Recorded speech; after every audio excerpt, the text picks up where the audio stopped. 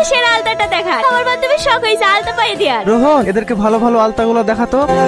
এখানে অনেক রকম আলতা আছে, আপনাদের কোনটা লাগবে দেখুন।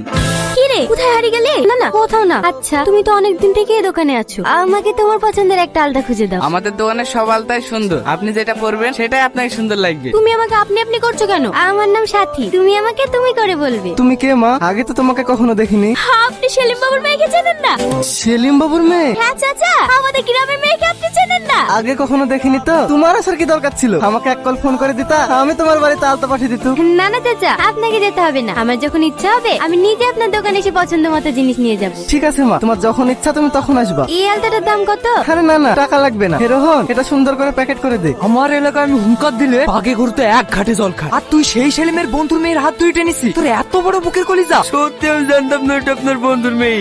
আমার ইচ্ছা করছে তোর এই হাতটা কেটে আমি কুকুরকে খাই। আমাকে এবারকার মতো ক্ষমা করে দেন, আমি এরকম কথা জীবনে করবো না। ক্ষমা? অন্যায় করি তো আমার কাছে ক্ষমা চাচ্ছি? এই কালুজা, জুতোর মালাটা পরিয়ে এই গ্রাম থেকে ঘাট ধাক্কা দিয়ে বের করতে। এবার বুঝতে পারছি কেনে আলতার টাকা নিল না। কি যেতে বকছি? চাতা না রে, আমার তো এই কারণে তোদের বাড়িতে আসতে ভয় লাগে। তোর মাথায় কি একদমই বুদ্ধি নাই নাকি? তোকে কেন আব্বু কিছু বলবে? আমার আব্বু আমাকে অনেক ভালোবাসে, আমার জন্য সবকিছু করতে পারে। খুব কষ্ট হয় তাই না? তোর আব্বা হঠাৎ মরে যাবার পর সংসারের খরচ, তোর পড়াশোনা সবকিছু তোকেই চালাতে হয়। কি যে বলো না মা, খুবই কষ্ট হয়। সারাদিন তো দোকানের ভেতরেই বসে থাকি। বাবু, তোর হাতে কি হয়েছে? ও কিছু না মা, আজকে দোকানে একটা মেয়ে এসেছিল আলতা নিতে, সেটা দিতে গিয়ে আমার হাতে একটু লেগে গেছে।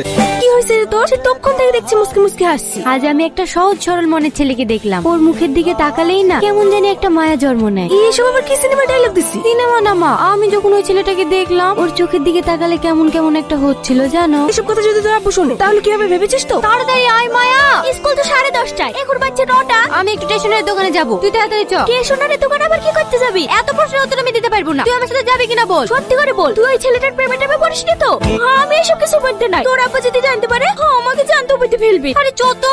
আরে সাথী মা, তোমার কিছু লাগবে নাকি? কি হলো মা, কি খুঁজছো? রোহন কোথাও গিয়েছে নাকি চাচা? ওর খুব জ্বর তো, তাই কাজে আসতে পারেনি। ওর জ্বর এসছে, ওর বাড়ির ঠিকানাটা একটু বলেন না চাচা। তুমি ওর বাড়ির ঠিকানা লিখি করবা? প্লিজ দেন না, খুব দরকার। আমাদের গ্রামে যে বড় পুষ্কুন্নিটা আছে ওর ডান পাশে ওদের বাড়ি। ধন্যবাদ চাচা, আপনাকে অনেক ধন্যবাদ। কিরে কোথায় আছে? কেন রোহনদের বাড়ি? তুই কি পাগল হয়ে গেছিস? ওর বাড়িতে আমরা গেছি, এটা যদি তোর আব্বু শুনে তাহলে আমাদের কাছে জানতে রাখবে না। আব্বু কিভাবে জানবে? আমি আর তুই তো যাবো, আব্বু জানতে পারবে না। চো না প্লিজ। না না, আমি যেতে পারবো না। প্লিজ চো, আমার রোহনকে দেখতে ভীষণ ইচ্ছে করছে। তুই কেন বুঝতে পারছিস নি? ঠিক আছে, তোকে যেতে হবে না। তুই যদি আমার বেস্ট ফ্রেন্ড হতি তাহলে নিশ্চয়ই যেতি। যাস নি সাথে, যাস নি সাথে, আমার কথাটা শোন। বাড়িতে কেউ আছেন? কেউ নাই মনে হয়, চো আমরা চলে যাই। কে? তোমরা কে মা? তোমাদেরকে তো ঠিক চিনতে পারলাম না। পাশের গ্রামে